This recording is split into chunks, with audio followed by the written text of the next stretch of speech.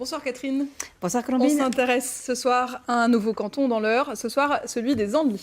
Oui, c'est un canton qui sera surveillé de près, ce canton des Andelys qui est actuellement détenu par l'UMP. C'est un nouveau canton issu de la réunion des cantons d'Écault et des Andelys. Il regroupe 20 communes et compte 18 404 habitants exactement. Il s'agit d'un territoire très ancré à droite où l'extrême droite aussi espère bien créer la surprise. On fait le point avec Frédéric Lafont et Éric Lambert. L'UMP Frédéric Duché est à la fois maire des Andelys et conseiller général sortant. Il est accompagné lors de cette élection de Chantal Legall, maire d'hiver droite de Caègne. Frédéric Duché fait partie des hommes de droite qui ont pris de l'envergure au fil des ans au conseil général de l'Eure. Sa volonté est bien sûr de faire basculer le département vers son camp. Bien évidemment que je souhaite qu'il bascule à droite, juste pour remettre un tout petit peu plus d'équité dans ce qui se passe aujourd'hui dans le département de l'Eure. On a envie de porter effectivement d'autres ambitions pour le département, un département basé sur le renouveau, sur une autre façon de faire de la politique, que l'on cesse avec le côté notable que l'on peut retrouver dans nos institutions et d'avoir des politiques qui soient proches de la population, qui soient la proximité incarnée.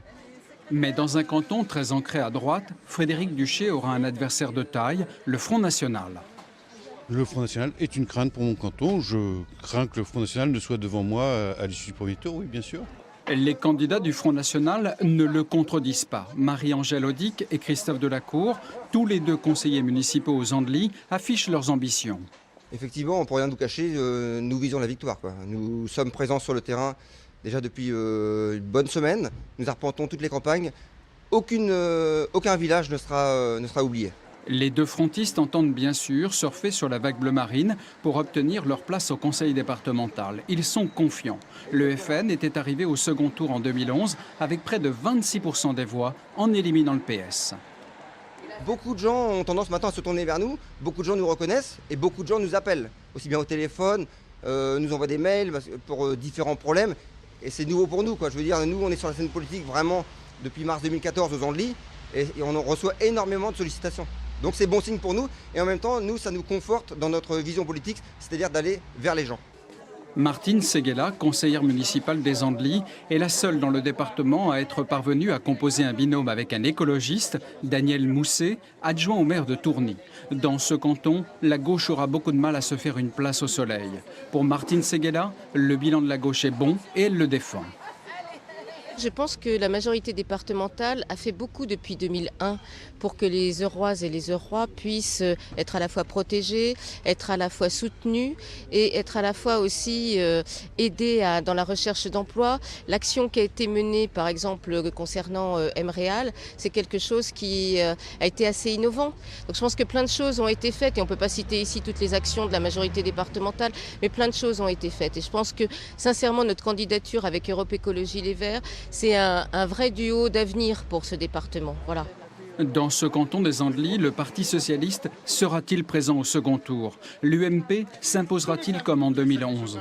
En tout cas, ce canton est celui où le Front National possède le plus de chances dans l'Eure de figurer au second tour et d'avoir des élus.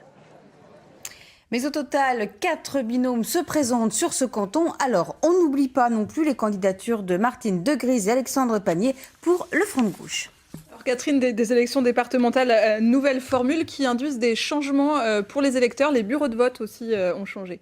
Oui, parce que si les cantons sont moins nombreux, ils sont souvent plus étendus. Il a été parfois nécessaire de revoir la carte et l'organisation des bureaux de vote. Exemple au Havre, où il a même fallu tout repenser et prévenir même les électeurs. Explication avec Emmanuel Darcel et Karima Saïdi.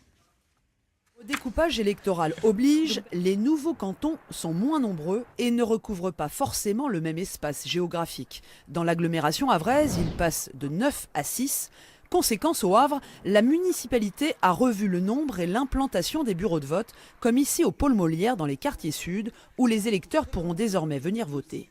Les délimitations des cantons n'étant plus les mêmes, ça a impacté un certain nombre de bureaux de vote qui étaient coupés en deux. Donc il a fallu procéder à une réorganisation totale de nos bureaux de vote et l'effet domino a fait que du coup nous sommes passés de 144 à 112 bureaux de vote. Alors la relocalisation, elle se fait sur la base de la proximité et sur la base de la taille du bureau de vote. Un tiers des cantons en moins, mais avec des numéros différents, des bureaux de vote qui auront parfois déménagé. Les 6 agents du service des élections ont du pain sur la planche. Il faut refaire 112 registres d'émargement et revoir la signalétique des lieux de vote, sans oublier l'information à destination des électeurs. Un courrier a été envoyé dans chaque logement havrais pour effectivement présenter le nouveau découpage et veiller à ce que l'électeur ait une information claire et pratique de façon à aller sur le site de la ville pour connaître son nouveau ou peut-être pas même son lieu de vote. Un numéro vert, le 0800 35 10 11, a été mis en place pour les électeurs havrais qui pourront également s'informer via Internet des citoyens qui recevront leur nouvelle carte électorale dans les prochains jours. Ce principe est aussi valable dans d'autres villes de la région, comme à Rouen par exemple, qui est maintenant divisé qui est en 3 cantons et non plus en 7, avec du coup beaucoup moins de bureaux de vote, qui sont passés de 64 à 60. La quasi-totalité des électeurs va donc avoir un nouveau numéro de bureau de vote. Pour les détails et les autres communes concernées, n'hésitez pas à consulter notre site internet. Internet où on retrouve également les programmes et les invitations pour les différentes réunions publiques de la soirée. Oui, et elle circule, t'en rappelle, sur les réseaux sociaux, notamment ce soir, où le programme est chargé avec 2 grandes réunions publiques. Celle du Parti socialiste qui se tiendra d'abord à Rouen dès 20h30 à la salle Sainte-Croix des Pelletiers. On y annonce déjà plusieurs ténors régionaux comme Valérie Fournéron, Nicolas Maillard-Rossignol ou Nicolas Rouly, le président sortant, ou encore Yvon Robert, le maire de Rouen. La droite, de son côté, organisera à Sotteville-les-Rouen une réunion publique de soutien à la liste UMP-UDI du canton menée par Isabelle Blanchard et Noureddine Haïda. C'est à 19h30 à la salle Ambroise Croizat. Voilà pour aujourd'hui et demain, nous partirons à Saint-Valery-en-Caux, Colombine. Merci Catherine, on vous retrouve donc demain.